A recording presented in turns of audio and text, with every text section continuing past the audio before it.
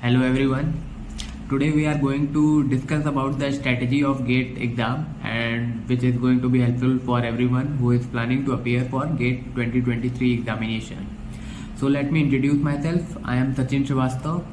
I am currently posted as an officer in UP government. I got AIR 217 in GATE 2021 examination.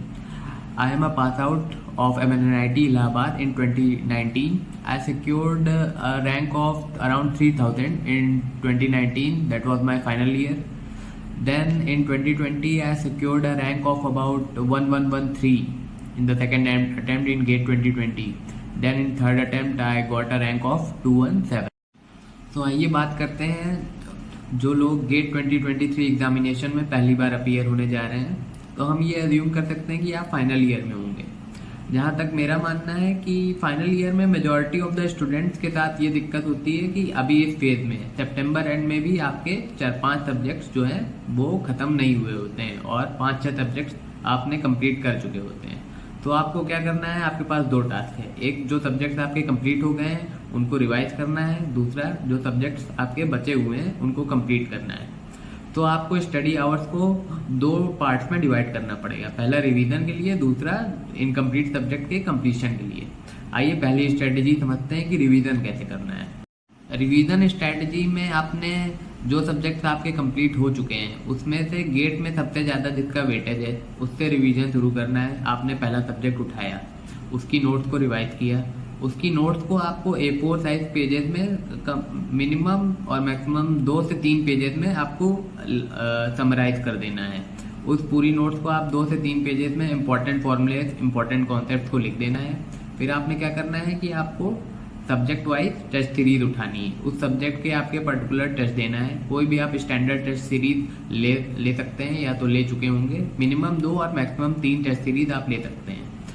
उस subject के test को देने के बाद आपने उस पर्टिकुलर टेस्ट में जो भी आपकी गलतियां हुई हैं या फिर जो भी सवाल आपको नहीं आ रहे हैं उसको आपको एक अलग नोटबुक बनानी है। उसमें उस पर्टिकुलर सब्जेक्ट के जो भी सवाल जैसे आपको नहीं आया उस सवाल को उस नोटबुक में लिखना है। फिर आपको उसका सॉल्यूशन टेस्ट सीरीज में स्टडी करना है और उसको सॉल्यूशन खुद से लिखने की कोशिश करना है।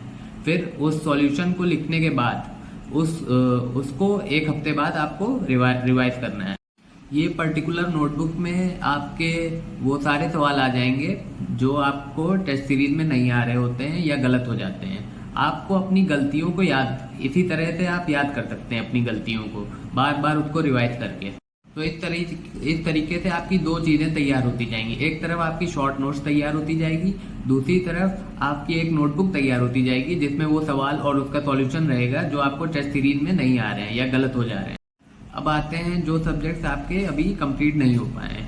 जो सब्जेक्ट्स आपके कंप्लीट नहीं हो पाए हैं उसको क्या करना है, आपने नवंबर एंड तक कंप्लीट करने की कोशिश करनी है। नवंबर एंड तक कंप्लीट करने के बाद दिसंबर में उसका रिवीजन करना है। रिवीजन में वही कॉन्सेप्ट आएगा कि आपको शॉर्ट नोट्स बनानी है 2 to 3 पेजेस की एक सब्जेक्ट की। फिर उसका टेस्ट देना है टेस्ट सीरीज में। टेस्ट सीरीज में जो सवाल आपके गलत हो जा रहे हैं या नहीं आ रहे हैं उसको आपने एक नोटबुक में लिख लेना है।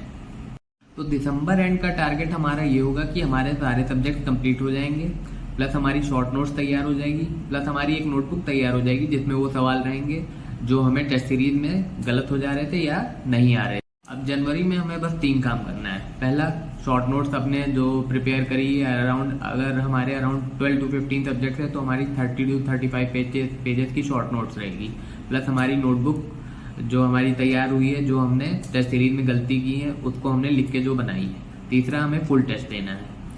टेस्ट सीरीज में अगर आपकी रैंक अच्छी नहीं आ रही है तो एकदम घबराने की बात नहीं है। कभी कभी टेस्ट सीरीज में रैंक अच्छी नहीं आती है लेकिन फाइनल टेस्ट हमारा अच्छा चला जाता है तो पेपर हमारा अच्छा हो जाता है तो रैंक हमारी फाइनली अच्छी आ जाती है। फुल टेस्ट देते समय हमें ये ध्यान रखना है कि हमारा टाइम स्लॉट एग्जाम का कौन सा है, उसी टाइम स्लॉट में हम बैठ के फुल टेस्ट दें ताकि रियल एग्जाम में हमारा माइंड उस टाइम स्लॉट में एक्टिव रहे। फुल टेस्ट देते समय फिर से वही बात का ध्यान रखना है कि हमारा जो भी गलती हो रही है हम उसको पर्टिकुलर नोटबुक में लिखें और उसको रिवाइज करें। एग्जाम से लास्ट वीक पहले हमें ये करना है कि उस नोटबुक जो भी सारी गलतियां हैं हमें रिवाइज करके जानी है, क्योंकि वो अगर रियल एग्जामिनेशन में आ जाती है तो हम अपनी गलतियों को ना दोहराएं। अभी भी गेट एग्जामिनेशन में 4 महीने का समय है। अगर ये स्टेप्स आप प्रॉपरली फॉलो करते हैं तो गेट एग्जामिनेशन में अंडर 500 रैंक आप आराम से ला सकते हैं।